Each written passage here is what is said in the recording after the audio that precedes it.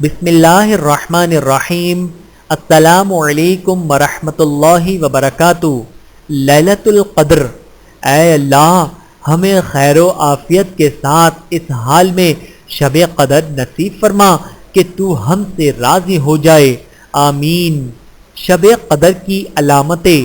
حضرت عبداللہ بن عباس رضی اللہ تعالی عنہ سے روایت ہے کہ رسول اللہ صلی اللہ علیہ وآلہ وسلم نے شب قدر کی نشانیوں کے بارے میں فرمایا، شب قدر نرمی و آسانی والی اور خوشگوار ہوتی ہے۔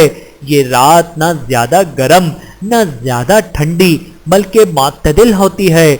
نیز شب قدر کی صبح سورج کی روشنی بغیر شعاع کے کمزور اور سرخی مائل ہوتی ہے۔ بحوالہ طیالسی، حدیث نمبر 2680۔